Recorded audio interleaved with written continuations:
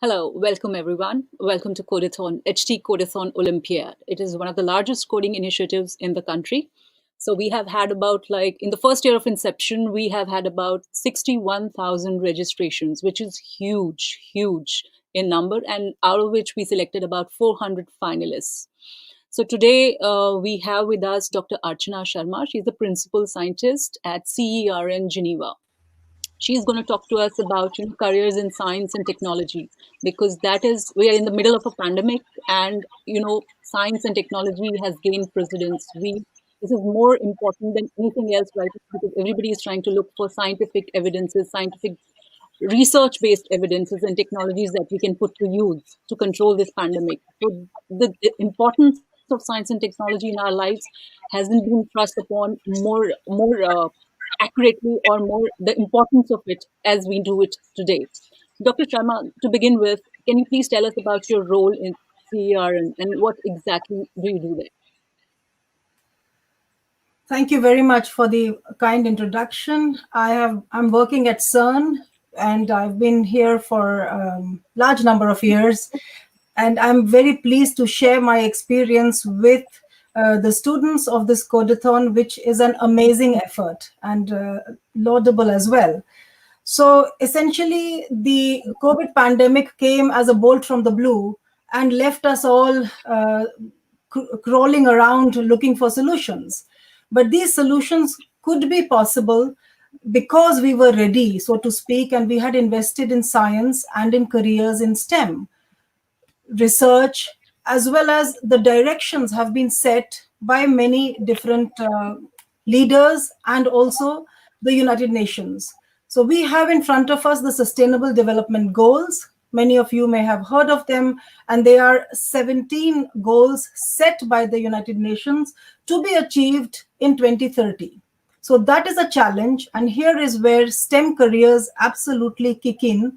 And these STEM careers, what is STEM essentially? That is science, technology, engineering, and mathematics. And again, these are not boxes, not linked to each other. They are very, very much interdependent. And that's what we need to understand, how the whole world, like in the pandemic today, is totally interdependent.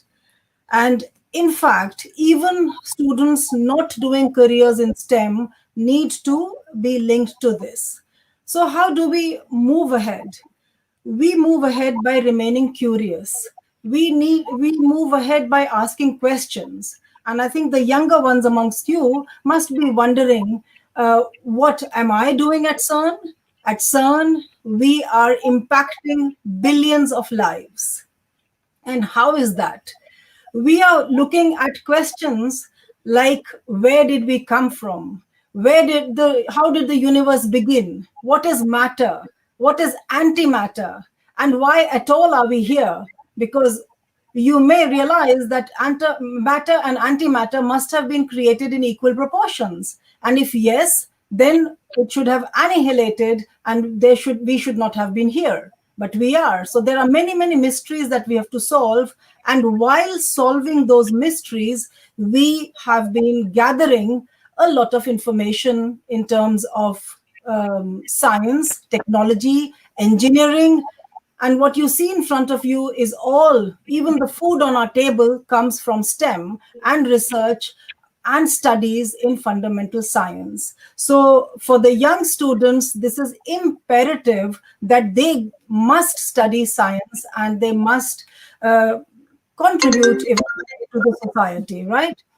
Now, this is CERN where I work. In the background, you see the mountains called Jura Mountains, and of course, the flags of the member states of CERN where I work. But that's fine. What is so special? The special thing is that we were looking at the answers to questions that I mentioned before. And what was born about 31 years ago? The World Wide Web. And that has enabled us today to convert this whole world into one connected global village. And human beings, just like the spiders, we are all pretty much living on the web today. In times of this pandemic and in times of lockdown, just imagine if there was no there was no studies on electrons and photons, we would not be doing what we are doing here today. And this was invented by a young student at that time, young postdoc, and his name is Sir Tim Berners-Lee, which you might know very well. So yes, what do we do at CERN?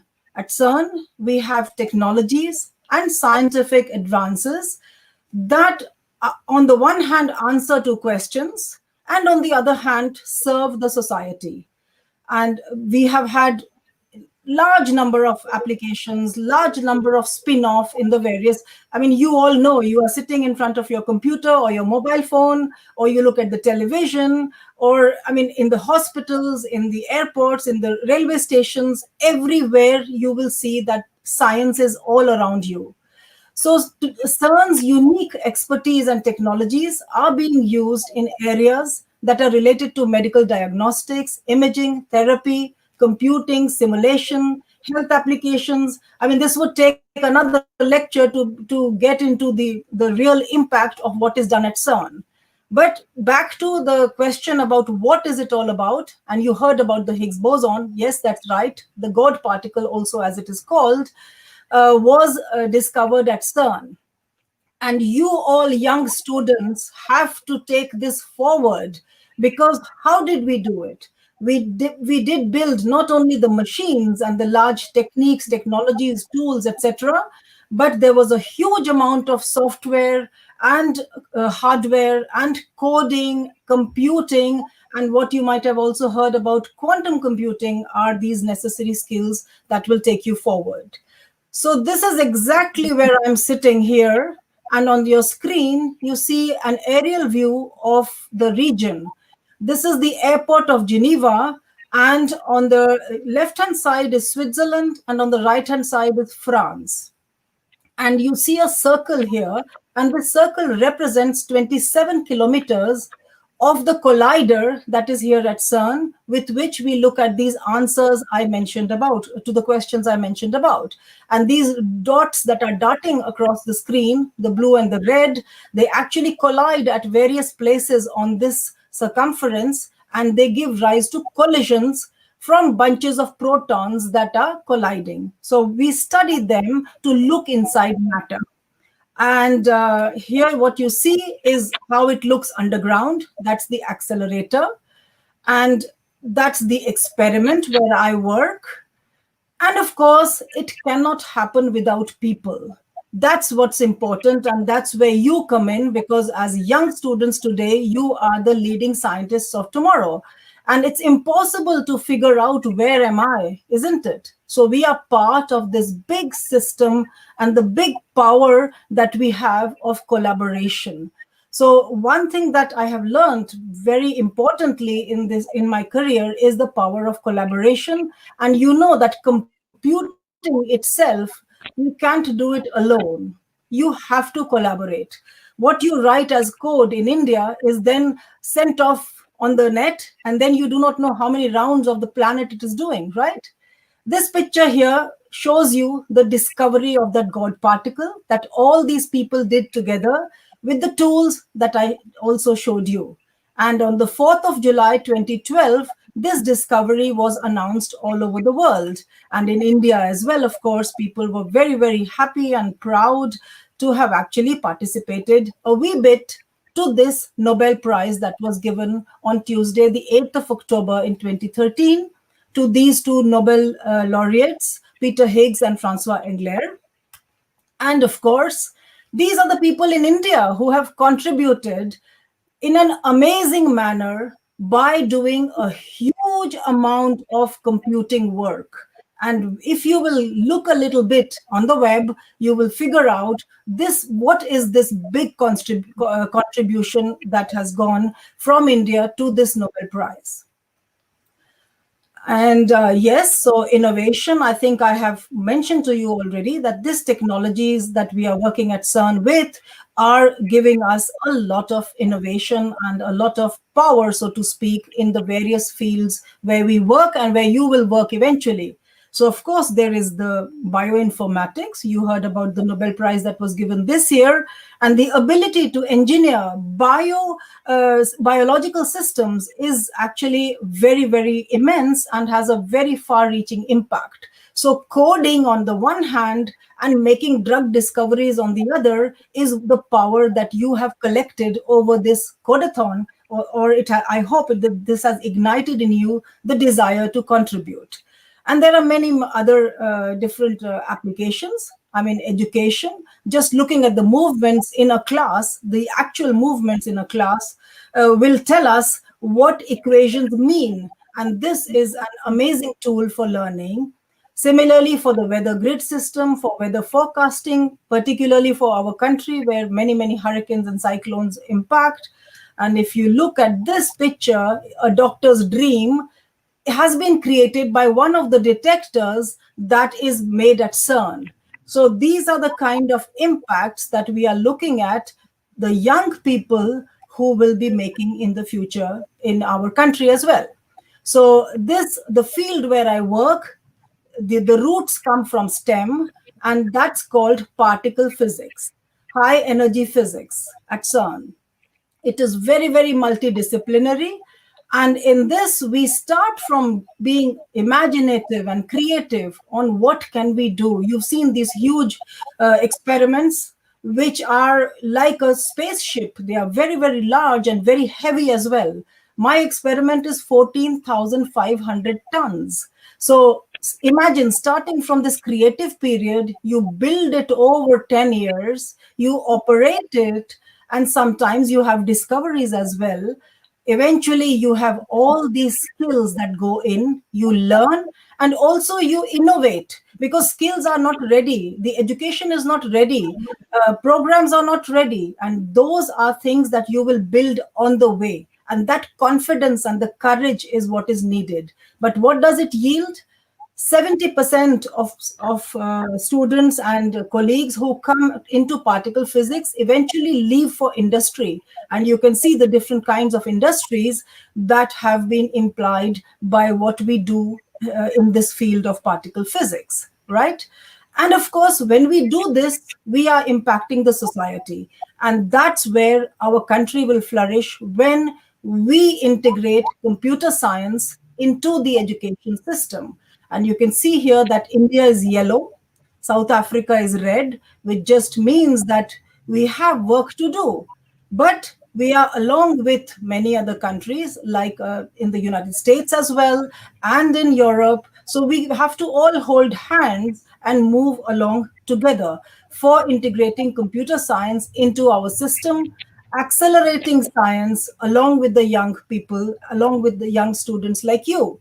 And those are the few things that really are very close to my heart, and I'm working very closely with many students as well in India with a foundation called Life Lab Foundation, because I found that life is the biggest university that teaches you tools as you go along, skills as you go along.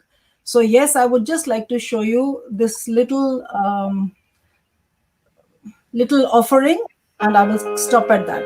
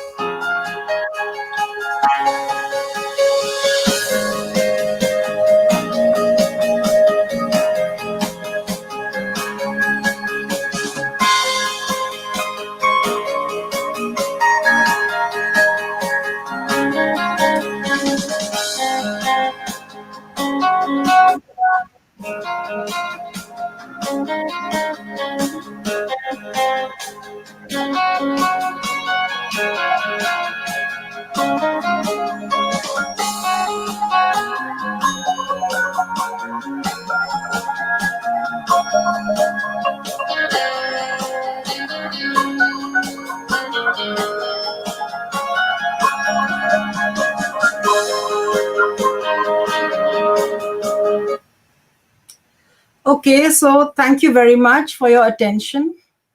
And I'm looking forward to questions. Thank you. Thank you so much, Dr. Sharma. I mean, for this fascinating presentation that you just made, and you just summed it all up. What you're doing there, your huge body of work. I'm sure the young students got like really intrigued. But what I want to understand, you talked about the integration of computer science in into our education system. So specifically talking about India, are you happy with what we are teaching our kids in school? I'm primarily talking about. I'm not talking about higher studies where you are more specialized courses, but I mean, because you have to really start young. I mean, we talk about scientific temperament, right? Because in India, that's also very focuses on the temperament because the child either is scientifically, inclined, or we have liberal arts, then streams. So, how important is that? Thank you. I think that it is extremely important, like you said, to inculcate the scientific temper. It is our duty in fact, everyone's duty to do that.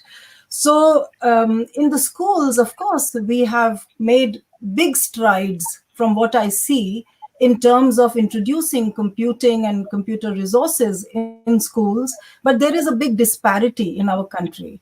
And teachers themselves also need the pedagogic tools for teaching high, let's say, level computing to students in the schools where there are the basics that should be starting from grade 6 or so, and then you come to the more advanced courses, but teachers are not ready yet everywhere, so to speak.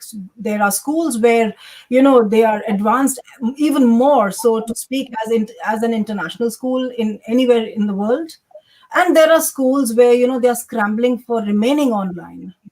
So this disparity first needs to be addressed. So we absolutely need to make sure that no student is left behind, so to speak, and that there is online connectivity. Teachers must be developed, so to speak. They must be trained, and it's not an easy task. Our country is so huge that even if we break it into small steps, it's going to take a very long time. So yes, targeted deliverables is what we need, and I think there are initiatives in our country, and I'm very, very hopeful that we are going to make it eventually. Especially the villages. I mean, you said, I mean, there's a disparity. We're more talking about the villages because cities, we are still equipped. But there are a lot of kids a majority of kids are in our villages. So, is there a different way of approaching when we're talking about village kids? How do we reach out to them? Well, first of all, the infrastructure has to be improved, which means let's say, the fiber optics has to get there. And this is not easy. This is not easy. It's a big challenge. We just about have power everywhere. And we have done, there are many, many organizations in the country that are working in this direction. And if we make it a more coordinated and concerted effort to be working in tandem with the state governments, with the state's education responsibles, then, in a targeted manner and in a, how can I say, very, very creatively, we will be able to deliver, monthly, quarterly, half yearly goals and so on. So that kind of a program, which is a unique program, not like little bits and pockets that are happening in different places. I mean, if I take Uttar Pradesh, it's a very poor, there is a section of Uttar Pradesh which is very, very poor. And, so there are priorities again to be set. But computing is a skill, a human right that will be needed for all students of the future. Again, the disparity will increase if there are computer literate people and non-computer literate students who are coming up in careers.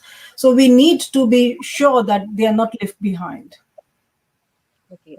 And since we are talking about coding, HT Codeathon Olympiad, this webinar is a part of that. So tell me something. The buzzword is coding. So is coding actually that big? And how early should we start? I mean, how early should a child be introduced to coding? Because these days we are talking about like 5 years old, 6 years old. I mean, is it really that important? I mean, to start that early? I think it's extremely important to start as early as possible, because it's not only the way to code or to make a program, but it's the logic and the philosophy and the mathematics that goes behind it. Mathematics is very ancient in our country. We have a heritage, long scientific legacy of Ramanujam and other scientists in our country. So there is a lot of logic and mathematics that we need to take forward. We need to introduce that to the child at a very early age. And coding, seriously, is there are two things. One is computer literacy, which means you're able to operate a computer, and one is computing, which is the coding part of it. So we need to make sure that society as such is computer literate, so that they are able to impart that kind of a temper to a young child at a very young age. And in my opinion, it's extremely important. And when we talk about careers in science and technology, and coding obviously is a part of it. So, do you think India by itself has enough to produce jobs? I mean, in this field, because everybody cannot move out. I mean, that's an option for a limited section of people. So, for India, I mean, are we self-sufficient? So let me say that, just speaking about mega science projects, for example, like what I'm working in, there are hundreds of scientists in our country who are working along with the experiments that I am doing here at CERN. Similarly, there are many, many other projects all over the world where India is participating. So, just to sustain them, we will need hundreds of thousands of young students with these skills like coding, for example. And coding, we should remember that it's a very broad word, and coding could be architectures, and coding could actually be delivering a program which does follow instructions and so on. And in today's world, with artificial intelligence and data analytics and being data savvy is very important. So I think that there is huge room for us to make use of these programs, these international programs where India is already participating, to use them as a training ground for our young scientists, and to literally catapult them into the front line.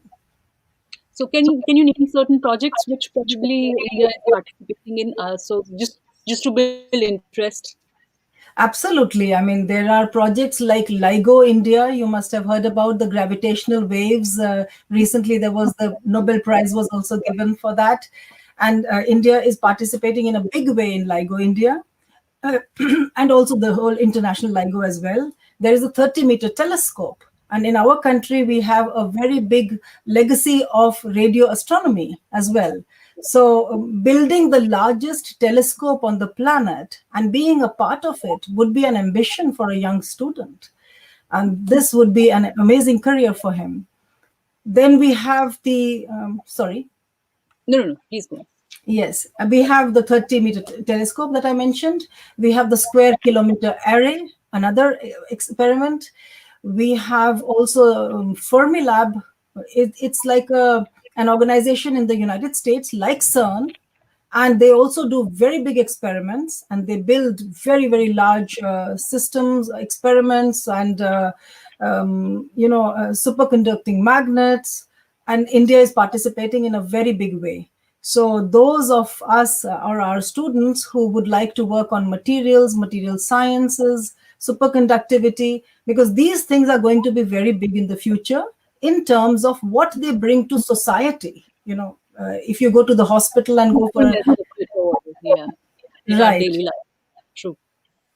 And also, I mean, we're talking about Olympiads, we're talking about science festivals, we're talking about science fair. All this, how important is it? I mean, for a layperson to generate interest in science and technology?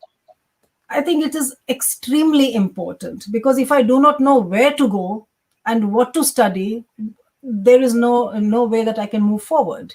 And having exhibitions, fairs, museums, or interactions with scientists, these are extremely important. And I think that we have a long way to go as far as these kind of exposures are concerned. And the book that I have showcased a bit earlier, The Nobel Dreams of India, actually lists all these opportunities in the country, because as you rightly said, not everybody should be going abroad, first of all, and not everybody can be going abroad. So we want to create opportunities in the country. with a major project in the country. And there are laboratories, there are institutions where Nobel Nobel winning work is going on. So we need to be making young students and in general the public aware of these opportunities. And also, when we're talking about schools, so how have things changed according to you? Are more kids now opting for science and courses in science? Because I remember during my time, I realized humanities, commerce was more popular. So in a class of say about 60 people, probably 10 or 20, 10 maximum, I would say, would go for science. So do you think things are changing now? It's a difficult question to say, to give an answer to, because the perception of a job and the perception of security in India is very important, which is slowly, very, very slowly changing. At least the perception is changing that, a permanent job is not the be end of everything. So we need now to look at career opportunities and not a job which finishes when you retire. Most kids, yeah, have in Yeah. mind. Also, because when you were making your presentation, there was one thing which struck me, which was like time consuming. Overnight answers, there are no overnight answers. Probably somebody will have to sit in the lab for years to find an answer to a problem, to a question, which Absolutely. started out like 20 years ago, 30 years ago. We see it in Nobel Prizes, the discovery happened long, long ago. So that patience part, how do you deal with it? You're absolutely right on this, and it is an incredible tenacity that you have to build within yourself, and it doesn't come overnight either. Because when you're young, you're raring to go, and you want to show results, and you want to get there, so to speak, in terms of your dreams and ambitions. Exactly. Well, a 15, 16, 17-year old, if you tell him that, oh, you will start now and probably 30 years later you will find the result. So, I mean, it's something which may not be very interesting for that person. So, Yes. how do you convince a child? The thing is that we must realize that every single day is a challenge, and you have problems in front of you. And if you can focus on delivering your best to what you are doing today, you will gently build up. And as you well know, that knowledge is the new capital. And even I would say that imagination and creativity combined with knowledge is the new capital. And also, just by knowing this is not enough. You have to do, you have to deliver.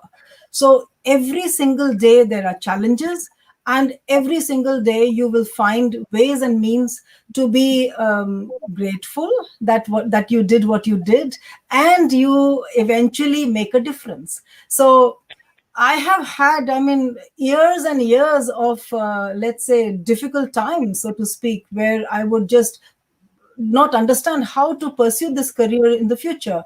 But now that I look at it, I see that those were my building blocks.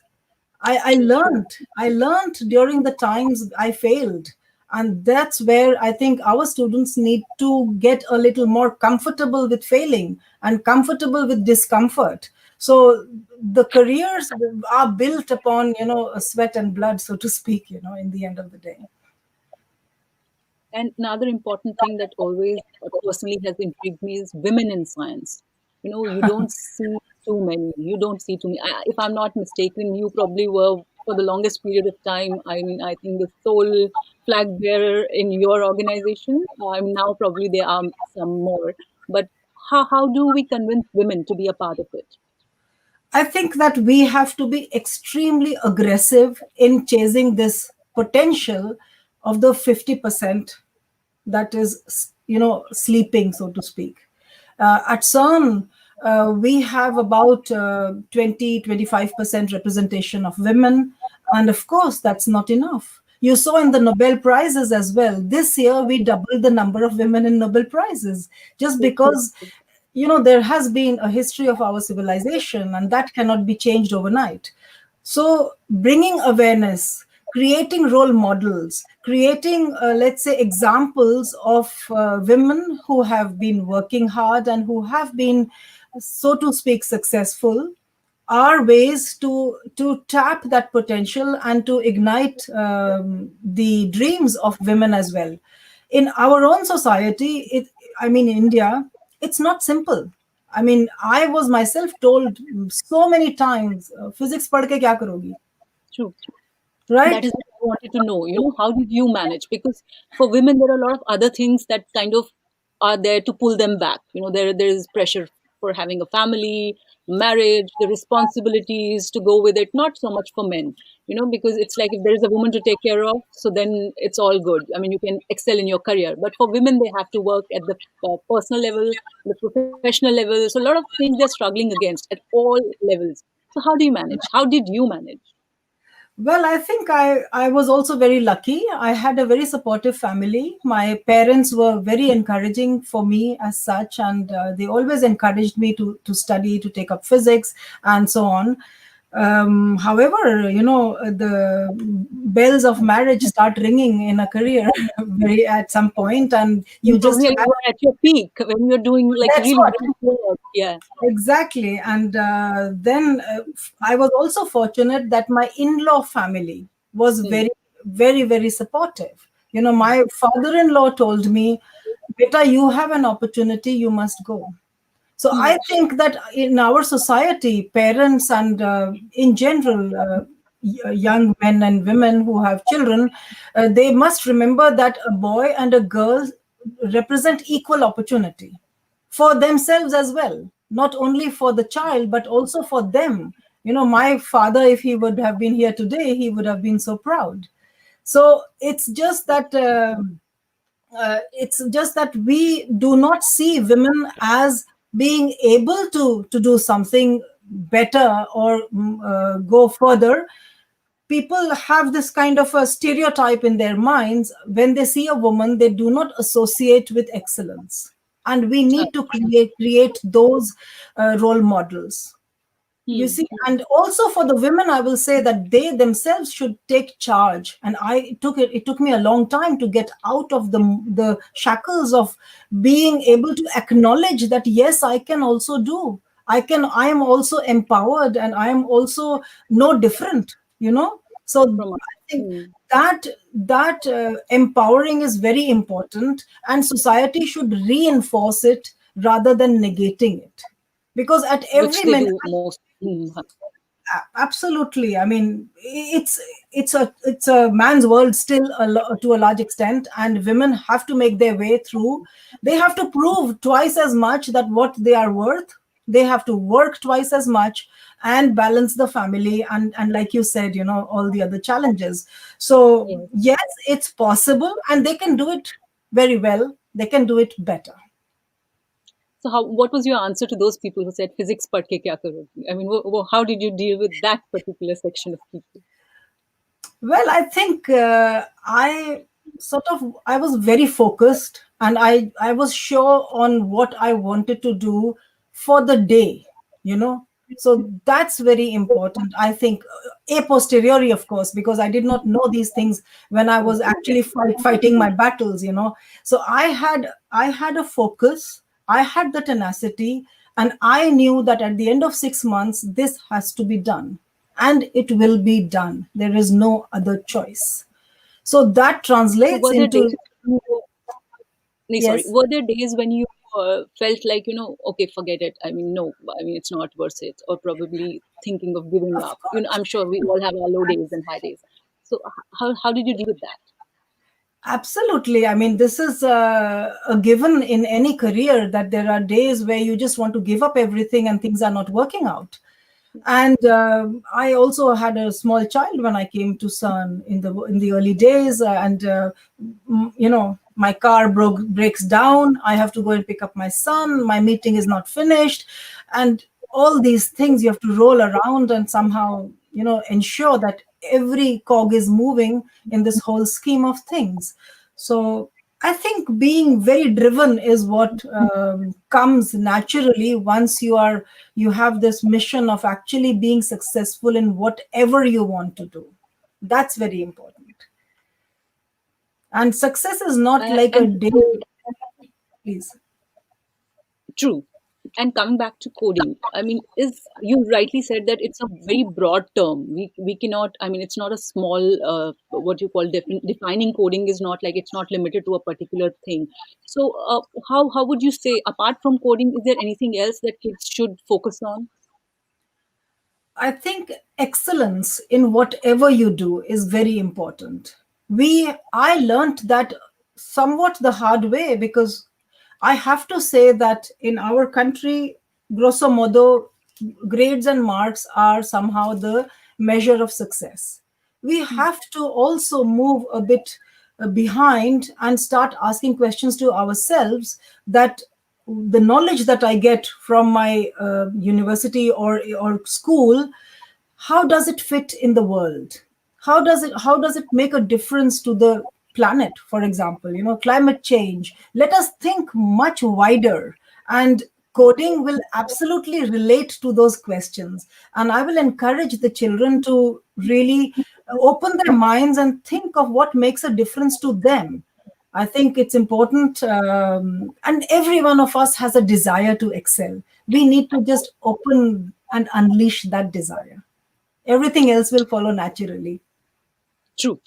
And something that is also important, which most people don't really focus on, is science communication. We don't have enough science communicators. Those who are there, I mean, sometimes it's like very jargonistic because you have to simplify it for probably a 6 year old or 5 year old or even adults. I mean, to convince them that you can have a career out of it. So, do you think we need more science communicators? Absolutely spot on. I mean, it's very important to communicate what you're doing. It's very important to be very proud of what you're doing. And that's where excellence comes in. And we need to go several notches up in science communication. Because we do have, of course, there are very, very good people, and very good science communication is happening. But if I just compare it with the international scenario, we do have some work to do, and we need to literally make it mandatory that every scientist, whatever they are doing, first of all, they themselves should be going out and speaking to the public about what they do, because that's how you will fire up the society, and that's how you will encourage the young kids to be proud of our scientists. Our scientists are not the stars in our country. Hmm. Just like you have the cricket But stars. that's probably they spend most of their time inside their labs. They don't really come out. Yeah, That's one drawback probably with a scientist, with a researcher. Most of their time is spent in labs. right. So which is probably why I think science communication is what is required to Yeah, bring so out what they're doing in the lab. It should come out and they should think about it. Do you think there right. should be a way around it? I'm just thinking aloud. How can that happen? Certainly. Certainly. I mean, we have a large nexus and a large, let's say, network of museums in the country. Science museums are there. They can be ramped up to become world class, for example, and that will create jobs for science communicators. Come on, let's tell a story about the stars, about astronomy. Let's create places in our country where we can watch the skies of Chile or Antarctica from our country. Let's do that. So there are so many, let's say, opportunities that are there, which need money, resources, time. But if we are all committed to doing something, we can do it. This is possible. Yes. At least, I mean, it's not unthinkable if we put our mind to it. And also, I want to know careers again, which is very important. You said jobs. There was a point when everybody used to think about job or not. But when we talk about careers, what are the major ones that come to your mind? Where these kids can probably go and park themselves Right. as in Right. terms of career. Right. I mean, you remember the slide I had shown with multidisciplinarity? Yeah. Anywhere, if you study STEM subjects, if you study science, and I would even say liberal arts, because education is complete only when you have, the totality and a holistic understanding of whatever you're studying. And when you do your degrees in STEM, or even from school, when you go out, first of all, there are world class institutions in our country. So let's make them again exceptional and phenomenal. And that will happen with the young kids of today. They are growing up with the internet. They are growing up with an exposure that, my father knew whatever he knew all his life. A young kid today knows that much, and that's what we have to tap upon. They can leapfrog into the front wave, the front line of everything, and we need to enable that. So institutions in our country, there are top class research institutions, there are top class educational institutions, there are universities that are fantastic as well.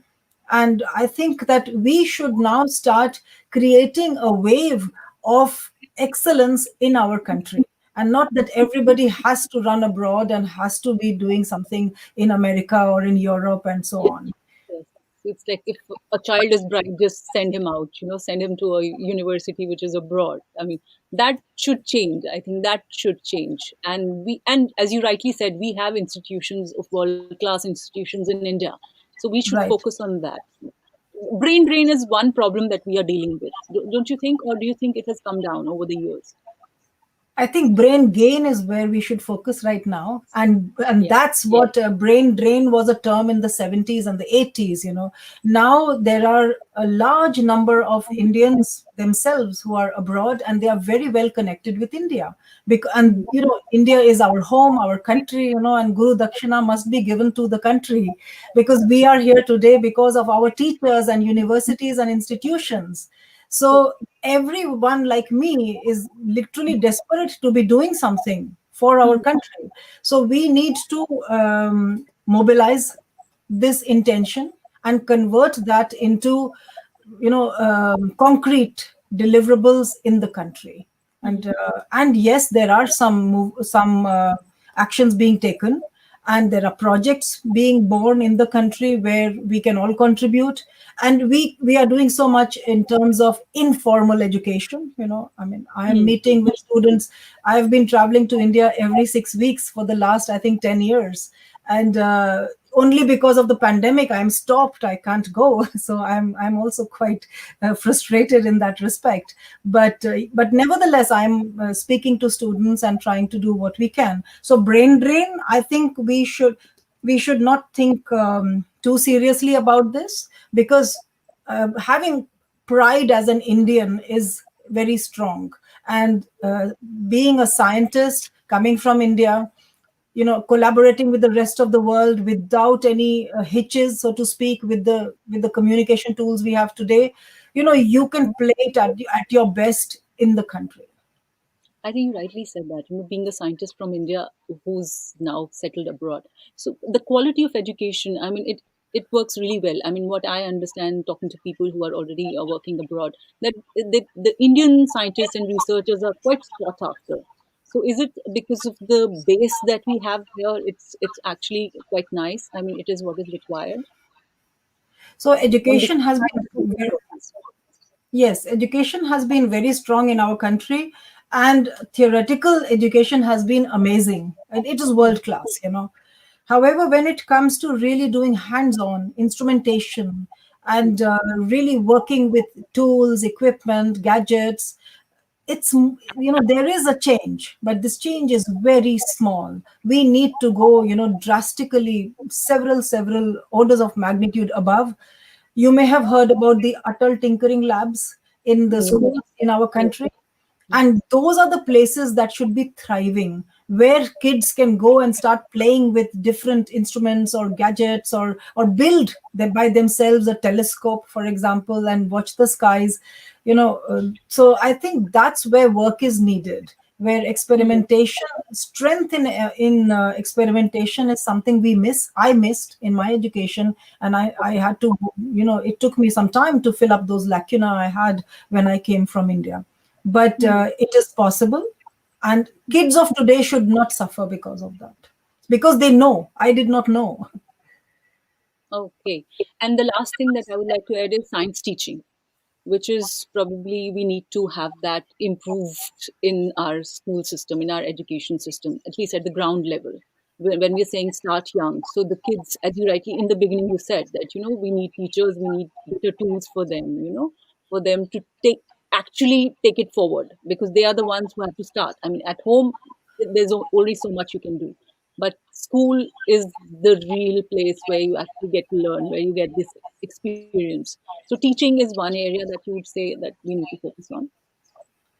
Absolutely. I think this is very important to focus not only on the teaching, but on the content, on the pedagogy, on using tools that are available globally, because nothing is stopping teachers today to be as best as they can be and as best as any other teacher on the planet. And students are the same anywhere on the planet. They all want to learn. So I think that we need to be very innovative and very creative in terms of preparing resources for our teachers who can then be trained, and they themselves, of course, they would like to do that. And every time I meet teachers, they are so happy and so motivated to be doing what they're doing, because they are making a very big difference to a generation, so to speak. So yes, we should use every single tool at our disposal to focus on science in the schools today, particularly at the village levels and so on. Yes, the ground level. Yes, that's true. Thank you so much, Dr. Sharma. It has been a wonderful, wonderful discussion, and so much. I mean, I got to know so much. I'm sure our kids who are listening to us, they got to know so much. And it's always better to have it from the person, straight from the horse's mouth, as they say. I mean, reading up on stuff and seeing, watching things otherwise, but somebody who's in the thick of things, the person explaining it, it's a different experience altogether. Thank you so much again from HT, the whole HT family, for this webinar on HT Codeathon. Thank you. Thank you so much. Thank you so much for having me. And I mean, the learning is still ongoing. So I'm learning along with our All of students. us are. All of us are. Thank you.